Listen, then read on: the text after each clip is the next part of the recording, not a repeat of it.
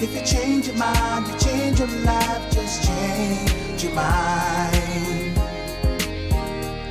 The Lord loves you. He's standing with his arms wide open for you. Oh, be encouraged, cause this day's for you. Don't you let this opportunity pass by you. Yeah. Oh, change your mind. Good evening, everybody. This is Pastor Wendell Jones, and I want to give you a heartfelt thank you again for tuning in to our show here Monday night of the Relevant Church. This is where we begin to touch on some very relevant topics that affect our community, and also try to discover new ways that the church can be more instrumental in bringing about change. And so what I like to do for you every Monday is bring along some friends of mine and some new friends of mine to come and talk about some issues that I believe we need to begin to discuss, not just tonight, but also just around the dinner table on a regular basis. And so tonight's show is entitled Black Economics. Black economics, where we just really delve into our understanding of the Black economy in America and some of the things that we are doing, some of the things we probably need to do a little bit better, and just why it needs to be top of mind in our conversations among each other. And so I'm so excited to have these two guests tonight. I'm gonna bring them both out here because I want them to tell you a little bit about what they have going on. I have tonight my man Jevertus Burnett, better known as JB in the community, and also we have Miss Tracee Anderson, who's going to be one of our panelists tonight. So let's do this. Let's let ladies go first. JB, Tracee, tell the people about yourself. Tell them about your business, where they can find you. Tell them a little bit about what you specialize in, because I need this community to know the treasures that we have right here in our backyard. Absolutely. Again, I'm Tracee Anderson. I have been practicing accounting for 21 years. I'm a certified public accountant, and I have a practice in Simpsonville on West Georgia Road. We specialize in corporate tax preparation and tax consultations. Now we're full service, so we offer bookkeeping, auditing, individual tax prep. But again, our specialty is business and tax consultations. You can find us at www.thegreataccountant.com, or you can give us a call, 864-881-08. Thank you. Awesome, Tracee. Thank you so much for being with us tonight. And JB, introduce yourself to the people. Awesome, man. Thank you so much for having us, Pastor. Guys, my name is Jevertus Burnett. JB is perfectly fine. I'm an associate partner of Reveal Wealth. We are a Black-owned financial services firm. And our goal is just to really help families, individuals, nonprofits, and small businesses make great decisions with their money. We have some amazing strategic partnerships that we leverage to allow us to do that. We have partnerships with Fortune 100 companies like New York Life, Eagle Strategies, BlackRock, different companies that we can leverage to be able to provide a suite of services to individuals and businesses. I tell people all the time, we do everything except for lend money. So, but at the heart of what we do is really, really viewing ourselves as a resource to be able to share information that can position us to change our lives and change the lives of those that will come behind us.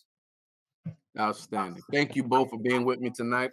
And as I was saying, folks, in introduction, this is a subject that's near and dear to my heart, Black economics. I'm very passionate about it. I believe that's an area where we can also be able to achieve some parity in society, be able to achieve our own equality.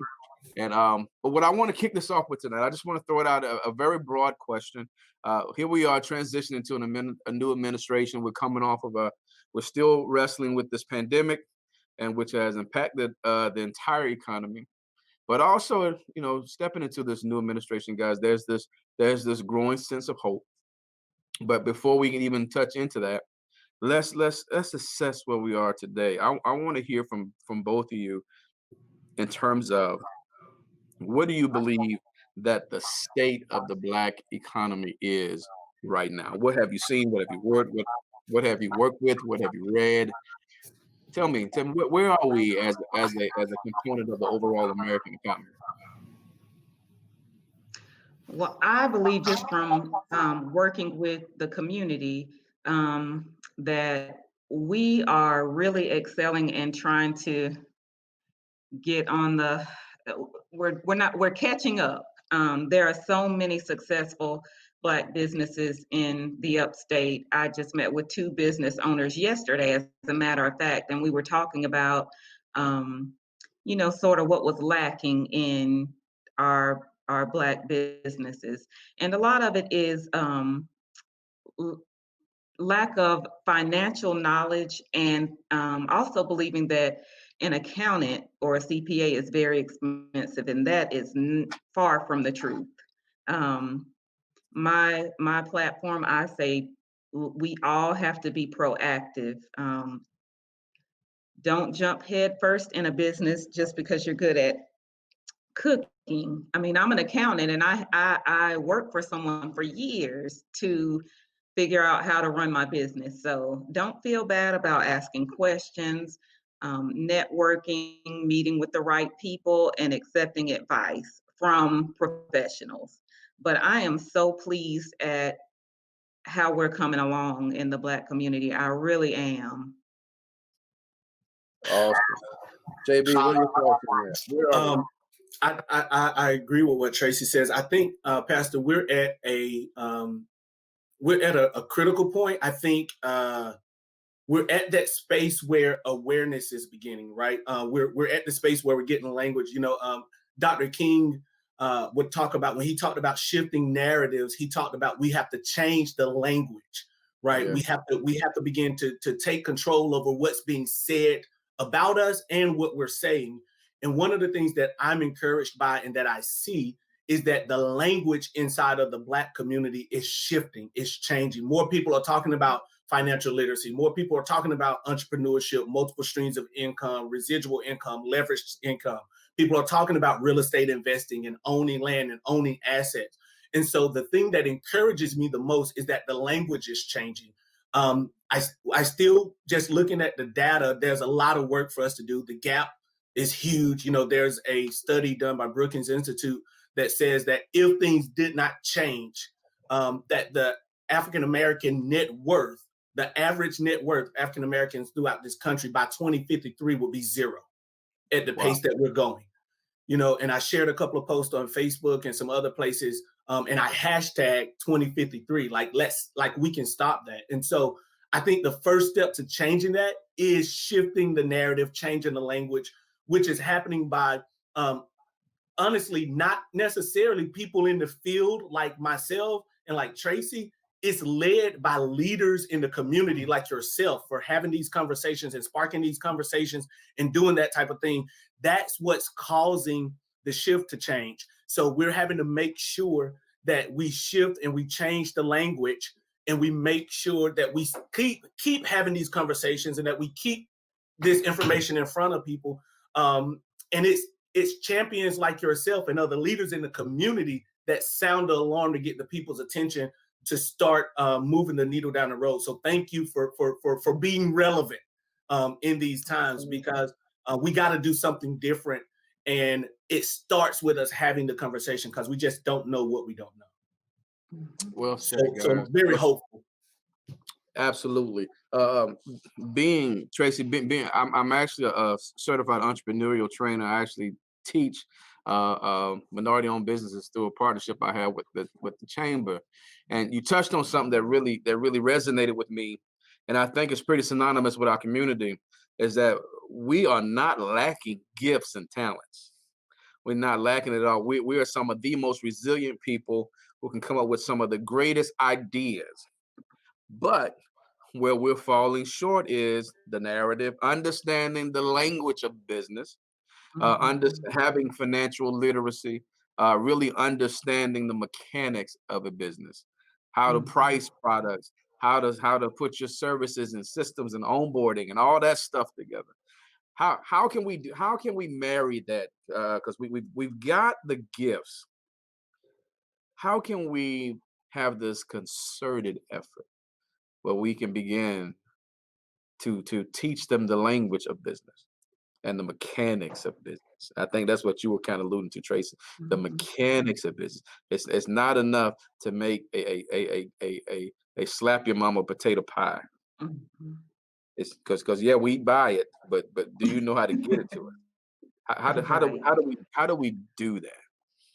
Well, my dad was here he came to Greenville in the 60s, and he and some other African American leaders, they got a club together of professionals, doctors, lawyers, accountants, things of that nature, and they served as resources to the other Black business owners. And he said about 90% of the Black business owners participated and their businesses thrived. What I think is missing now is the community feel. JB did a great job when we were able to have the Black Wealth Summit, but I would have loved to see more people participate. So things like summits and things like what you're putting together, we just need the people to participate. Now, how we get to them to do that, I don't know. But I will talk to anyone. I will give anyone advice. If you all reach out, I have talked to several people who own tax businesses and given them advice. It's enough business out here to go around that I don't want anyone to feel like I'm their competition and they can't talk to me, because I didn't have anybody to go to. I didn't have anybody to ask. I had to figure it out on my own, and that creates a stumbling block, and it could frustrate some people. So, it's the community feel. Yeah, and they were able to, my dad and his cohorts were able to knock down doors and open them up for us. And I'd like to see that for us now, especially in the upstate, but we've got to work together. I think that's the only way it's going to work. JB, your thoughts on that? Thank you, Tracee. No, so I agree with that 100%. And Tracee, we are last year we had a virtual summit, and this year we are pushing back because of COVID. But we're going to be pushing the summit again in September of this year. So it's giving us time to plan and reach out to those folks and connect and make sure that we can have a more intentional effort. But I think what Tracee said is key. Collaboration, us coming together. But I also think, to your point, Pastor, the mechanics of business and understanding the ins and outs. Like, it's one thing to make that banging sweet potato pie. It's even another thing. It's even one thing to sell that pie, right? Like I'm making these pies and I'm selling these pies, and they're going out left and right. And I don't understand why I'm not making any money, because I'm slinging these pies. But you haven't looked at how much is it costing you to make these pies? How long is it taking you to make these pies? How much are your materials? How much do you spend in fuel delivering it from XYZ and taking it here and taking it there? And so you're making this beautiful banging pie that you're selling for $5 when it's costing you $7.99 to make. So you're a booming, thriving baker, and you're constantly busy, but you're busy because people know that you're far more valuable than you realize yourself. Right. And so having these spaces like what you're doing with the Minority Business Accelerator, the spaces like what Tracee's talking about, what we try to do with the summit, where we can sit down and go behind the scenes like, okay, baby, you can cook, you can bake, you are a master baker. Let somebody help you. Let's put in some structure and let's sit down and see how much is this going to cost us to bake this pie, right? So we can make sure we're pricing it the right way. Now let's sit down and let's have somebody, again, Tracee, to that community that we're talking about. Let's sit down, let's have somebody sit down with you and help you create a marketing strategy. How you're going to brand this thing, how you're going to market to the masses that you can actually get sweet potato pies from here. How you're going to tell your story, what you're going to do. Maybe somebody in our community, in our group, once we start connecting with each other and we're deeply entwined with each other, maybe somebody got a commercial kitchen that's vacant 3 days a week that's doing nothing. Now I can, instead of making 2 pies at a time in my home oven, now I can scale this thing and I can keep up with demand. And now I got this commercial kitchen where I'm baking these pies. And now that I got the commercial kitchen, the restaurant across the corner, the Black-owned restaurant might say, hey, can we get 10 pies every Monday in here? Can we do this? Can we do that? And There so it is. we have to, we understanding that running a business is more than just having a skill. And one of the things I want us to come against in our community, and I say it with the Black Wealth Summit every year, we're not the folks, you're not going to find people bashing 9-to-5s at the Black Wealth Summit. We're not the people that's going to be pushing everybody to entrepreneurship, right? So I taught finance and economics for 6 years before I taught finance and economics, personal finance and economics on a high school level and community college level. I taught that, understanding, learning from other people who were far more advanced than I was, and understanding like, okay, how are they doing this? How are they pricing? How are they doing this stuff out? And then when I came into the financial world, I worked for a financial services firm for years before I started my own thing. And we want to be so quick to say I'm the boss or I'm this, when we don't have any idea of what it really even means to be the boss. Yes. So get somewhere, just like somebody need to be in a church where they can be planted and they can be groomed and they can grow and they can develop. If you're great at what you do but have no clue about business, it might not be time for you to start that business. Go serve somebody else's business. Go work for somebody who's doing what you're doing. You want to be a CPA? Call Tracee. Are you hiring? Can I come work for you? Learn how to do what it is that you're trying to do and get rooted somewhere in somebody that can pour into you, that can train you, that can develop you. And then when the time is right, it's like, okay, now I can launch out here and I can do this thing. And so we got to get those dynamics and those mechanics of entrepreneurship and of business. And we got to also understand that there isn't any competition. You know, we have to get over this scarcity mindset. We have a mindset that if somebody else excels, it takes away from me. And that is not how this thing works. We have to have an abundance mindset where we don't allow scarcity. Scarcity keeps us from networking with each other, supporting each other, learning from each other. We're sitting here beefing with and hating on folks that we should be learning from. Yeah. And so we have to get over that scarcity mindset and realize this person is doing what I want to do and doing it well. Let me learn from them. The last thing I'll say about this, my partner right now, Broderick Young, is the founding partner of Reveal Wealth. Broderick mentored me for 6 years. When I was working with a competitive firm, he mentored me. Working with a competitive firm for 6 years. And when he got ready to start Reveal, he said, bruh, I want you to be a part of what we're doing, and I want to make you a partner. We're talking equity shares and splitting profits and stuff. Like, that's the goal. Like, you in, what we doing? Right? And so, boom, and we was able to leverage relationships that we have and still keep amazing relationships with Fortune 100 companies that, because we're good at what we do, want us to position their products in front of people. But it was the learning from him that I did for 6 years that positioned me to now be in a position where I'm an associate partner, moving towards partner, being able to share equity in the profits of an entire firm and have something that I can leave a legacy to my son, my daughter, because I learned first from somebody. And then it was like, oh, this brother got something special because he's already been in the industry over 20 years. He's like, bro, I'm going to hand the baton off to you. Keep going. So I think that those are things that we need to be intentional about, man, as it pertains to making sure that we're able to be business minded. Well, you said a mouthful there. You did, and I absolutely agree.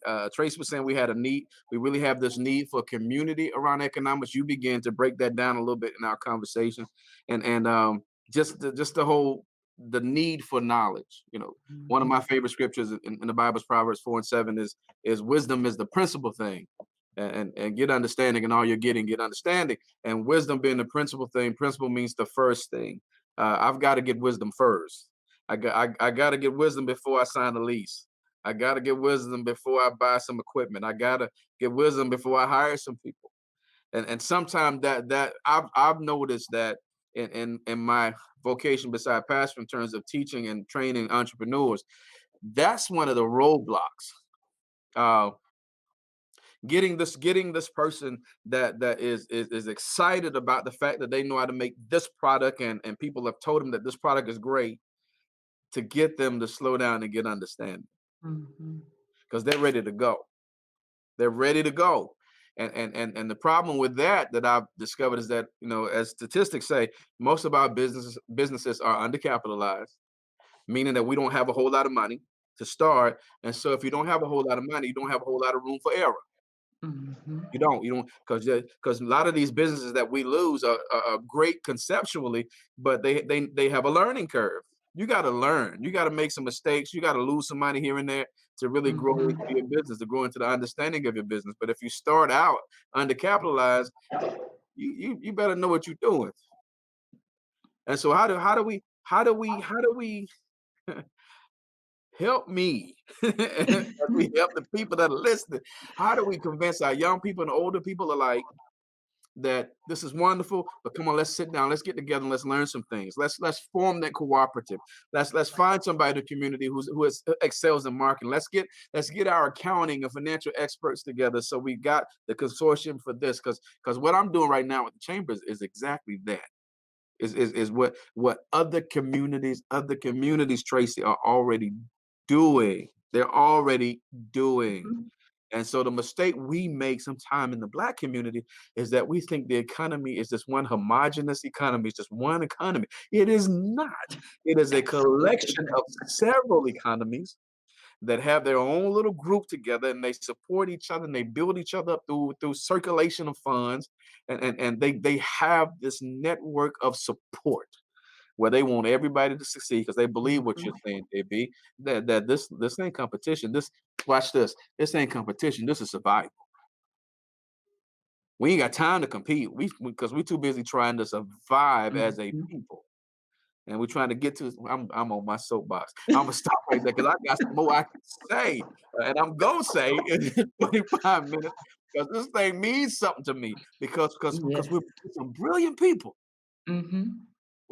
All we're lacking are the mechanics. Yes. All we're lacking. And whenever we see one of us get the mechanics, they excel. Help me? How can we get that out? How can we make that receptive? How can we get the people to realize, let's come together and learn how to do this thing, then go do this thing? I'm thinking we need to get the leaders, like JB was saying. That's the only way we're gonna be able to reach the masses that we need to reach. And if we can get a lot of leaders on board, I guarantee you we would see a lot more movement. I just wish that we had, and maybe we do have leaders out there who are willing. We just haven't reached out to them. That's probably what it is. So getting something organized. A lot of times we operate in chaos, and that never works. No one ever wins. We call it hustling.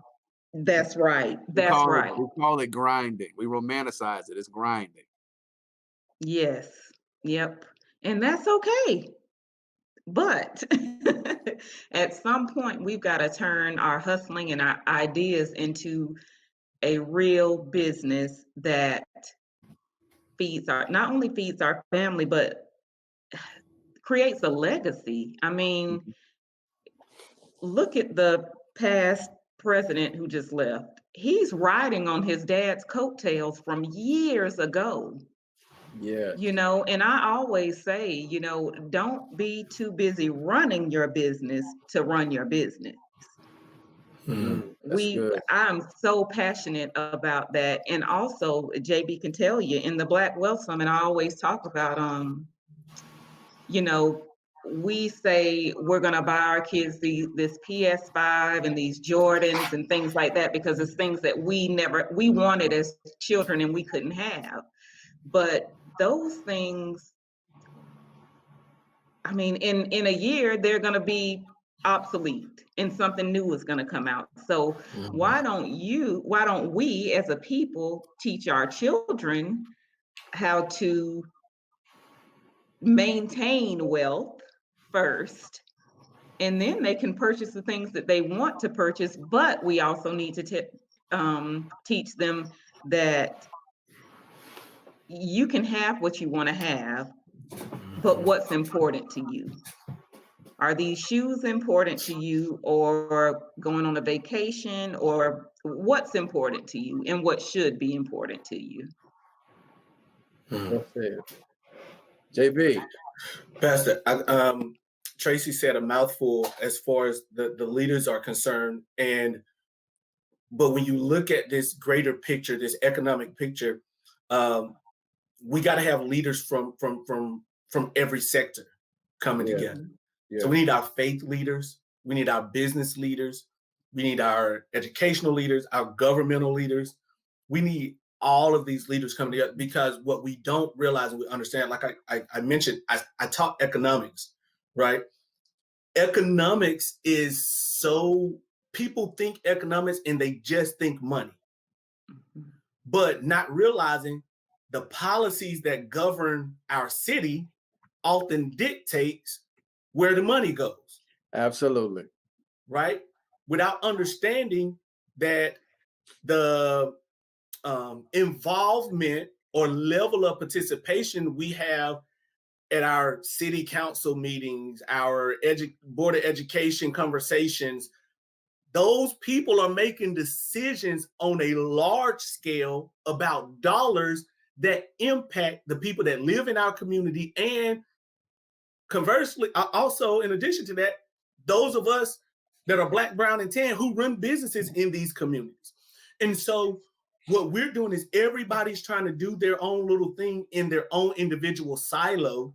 So the business owners are over here, the pastors are over here, the civic leaders are over here, the activists are over here, the educational leaders that are passionate about education, they're over here, and everybody's trying to break ground in their area, and they don't reach out or cross over to the other area until they feel like there's a need, there's something that I need in one of these other areas, let me go get it from them. And so now you're reaching out with your hand out when there's no real relationship. I always tell people, asking for any type of support without relationship is an insult. And if you focus on one of my great friends, Victor always said, he said, if my money is the only thing, if my money is what you get from me, is the only thing you get from me, you've gotten the cheapest parts of me. Yes. But when we build real relationship with each other and we be intentional to navigate, like, hey, we're going to move in unison as a community. It's almost like an orchestra, Pastor. I love music. So it's an orchestra reading from the same sheet of music and playing an amazing symphony. Like, that's what it's going to take. And we have to realize that if we want that, like, those are the things that's going to continuously sustain us. Right? Those governmental officials, they know what, hey, here's what you need to have in place in order to get support from the PPP from Greenville County.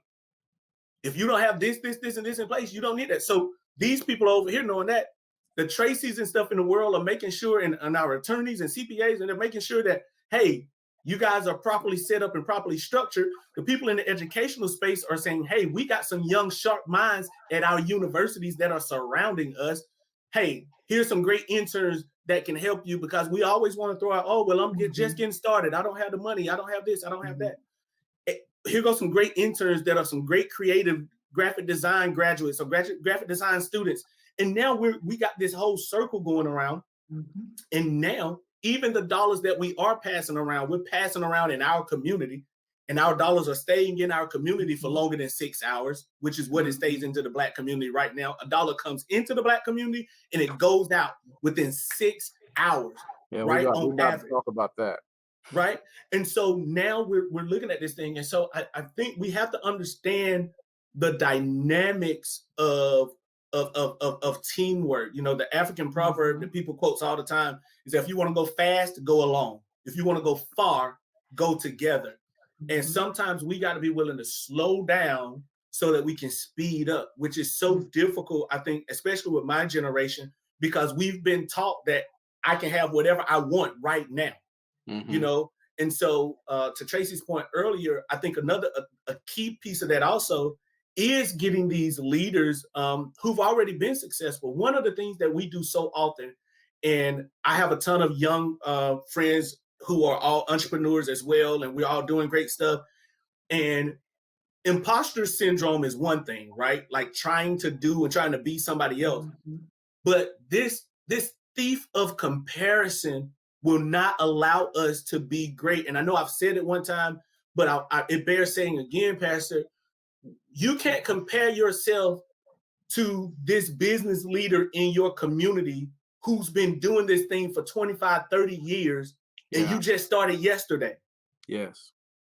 Yeah. Right? Why not go to this person and hear their story, hear their journey? On the flip side of that, I do think that we need to challenge those leaders who are in our community, those senior leaders in all of these areas, those senior leaders in ministry, those senior leaders in business, in government, in education. What's your succession plan? Who are you pouring into that's going to make a difference? And are you willing to share your horror stories with us? Yeah, we see the pictures of the big mansion. We see you getting the awards. We see you driving the car. We see you growing and doing all of that stuff. Will you sit us down and say, this did not happen overnight? Will you sit us down and say, here's where I failed? Be like Christ to us and say, hey, here, Thomas, touch my wounds. Look at me. Put your hand in the place where they pierced me. Here's where I'm flawed and broken. And we won't do that. And until we do that, until the leaders do that, we're going to keep going in this cycle where we're thinking it's supposed to happen right now. So it's on the leaders, but it's also on us, right? I didn't have leaders. I didn't know anybody when I moved to Greenville. So I went out seeking out people, and I looked people dead in their eyeballs, face to face, not tweeting them or texting them. I looked them in the face and said, you're successful. I saw you on LinkedIn. I don't want nothing from you except to get to know you and know what you did. And I don't want to hear this fluff about, oh, I just want to, like, what did you do wrong before you got it right? Right. What did you do wrong before you got it right? Share with me, help me. And then I had to be a student to be consistent enough to sit down and learn from these great men and great women, right? And sometimes it don't feel good when somebody look you in your face and say, dude, you need to do better in this. So we got to put ourselves in that position to be vulnerable, to be taught. And then those who are in those positions of success and have that history of success have to be willing to say, okay, I'm willing to pull back. You know, I was a part of NABA. Tracee, you familiar with NABA, but National Association of Black Accountants. And the motto for NABA is lifting as we climb. That's our motto, lifting as we climb. And we got to be willing to do that and understand that there's so much that we can learn from each other. That's awesome, guys. There is a challenge though. I want us to discuss before we wrap the show up tonight, in terms of really how economies are set up, especially for minorities, and we see our other ethnic groups excelling in this. And it also links to ownership as well, because ownership is crucial in America. It's even written into our documentation where, you know, you had to own something to really be considered a viable part of this country. And that's still pervasive in how we do stuff. But one of the challenges that we have, and challenges in terms of building community, is that now we're so scattered. And in those places that we're not scattered, we're being gentrified to be scattered even more. And when we start looking at other groups, our Hispanic brothers, some of the Muslim brothers, some of the Asian brothers, the Jewish community, they're all over the place, but they have this collective mindset in their mind already. But in these other ethnicities, and they're together geographically, physically together. They target a certain segment of the town they're in. You go to Miami today, you know why, you know who runs Miami. It's those that come from Cuba, and they own great plots of land and visible places, which mean they also pretty much run that district from a political standpoint. So they took care of the economics first, which allowed them to then have political muscle. One of the mistakes, and my viewers can come at me for this, that I think we often make is that we pursue political power with no economic backing, but we misunderstand how it works. That politics are bought and sold. And so we have to have an economic base, an ownership base that says we control this area of town. We control this. And so we're going to put our representative in place, and we're going to back them with money. We're going to make sure they have what they need to get the proper staffing so they can do be able to write policies. Because it's not enough to send them down to Columbia. It's not enough to send them to DC if they don't have the ability to John Hancock some policies that benefit the community. It's not enough to have a face up there. They've got to have the resources to be a voice wherever we send them. But we're not. But we're scattered. We're scattered, and sometimes in our thinking, but we're also scattered geographically. How do we overcome that part to have this united front, even though we may not be physically located in a 1 mile radius in a place that we used to call a neighborhood? I know I threw that one out there, but take a stab at it. No, that's good. Dude, so you're speaking my language now. So if my siblings are watching this, they're gonna be like, they probably already say, "Oh Lord, now here you go, here you go," right? But I'm gonna go there. So Dr. King would always say, he would always talk about the fact that we're not so much. It's not so much that that we are alone, that we are the only. We go into these. We function oftentimes, and this is no offense to anybody, but we function a lot as minorities in white spaces a lot. For me, since I graduated from college, I've been the only Black such and such, the only Black such and such. And like I'm in a place now where it's a couple of us, and I don't know how to act. Right. But I've been the only, and it's not so much that we're the only ones. Dr. King would always say that it's not so much that we're the only ones, it's that we're disconnected. Yeah. We're disconnected. There is so much power in our unity and in our connection. Pastor, I hear what you're saying as far as not necessarily having to be in physical proximity of each other. But I challenge everybody, and my family hear this all the time. I'm going to have, before my 40th birthday, 20-25 acres of land somewhere where we can begin to be intentional to live in community. Yes. Yes. We have to be intentional to live in community, and not just even with our churches. Like, it's not enough to just have church. The goal should be Christian community. If you use the early church as an example, there was no lack among them because they had all things coming.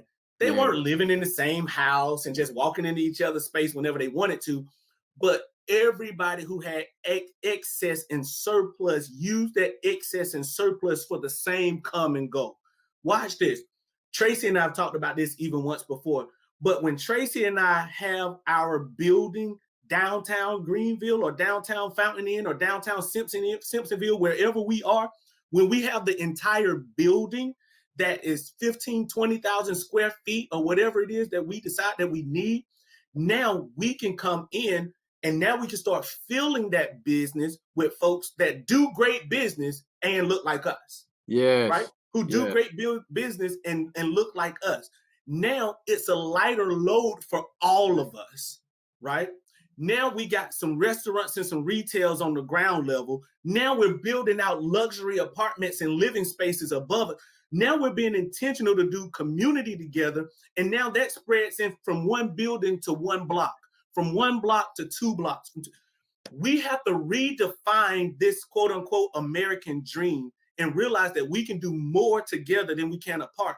I have friends that have come over with absolutely nothing from foreign countries, especially going off the college to HBCU. I have my Nigerian friends and Jamaican friends, and they will live in one house, 3-4 families sometimes.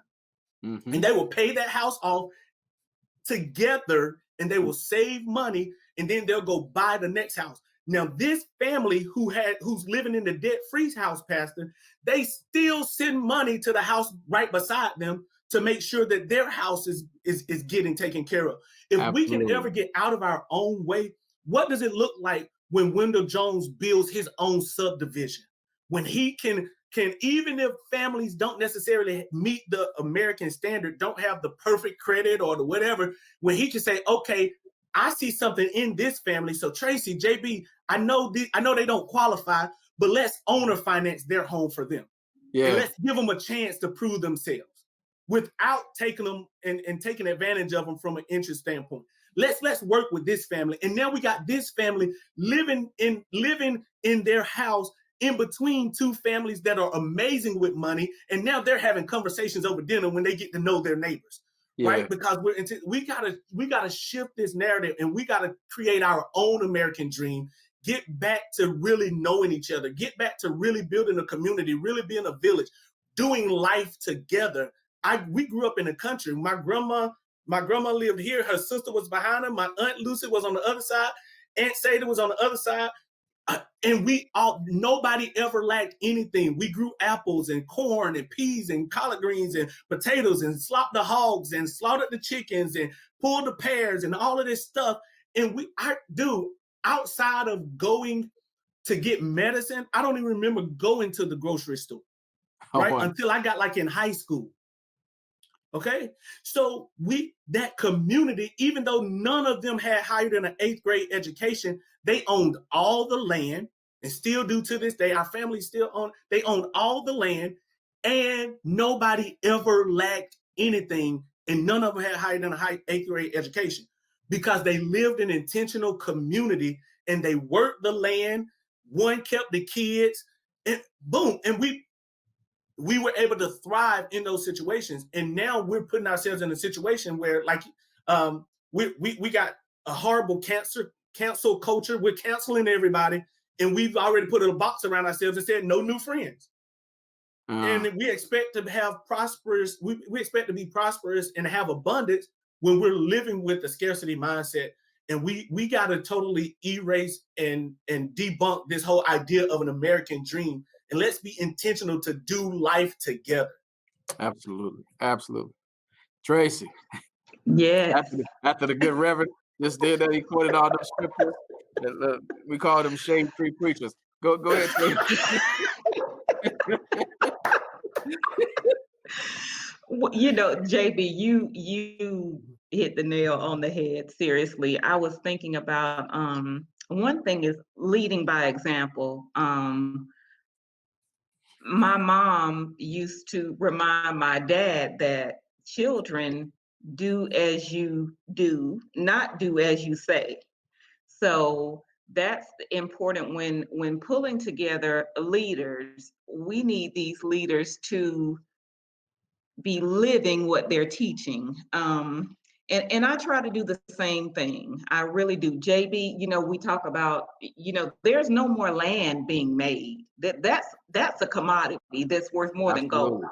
Absolutely. So if I'm telling someone that how important that is, I need to be living that. I need to be investing in property so that I can tell them how to do it and explain this is not how you do it because I messed up. I totally messed this up, but I bounced back, and this is how I bounced back. But I don't want you to make the same mistakes that I'm making.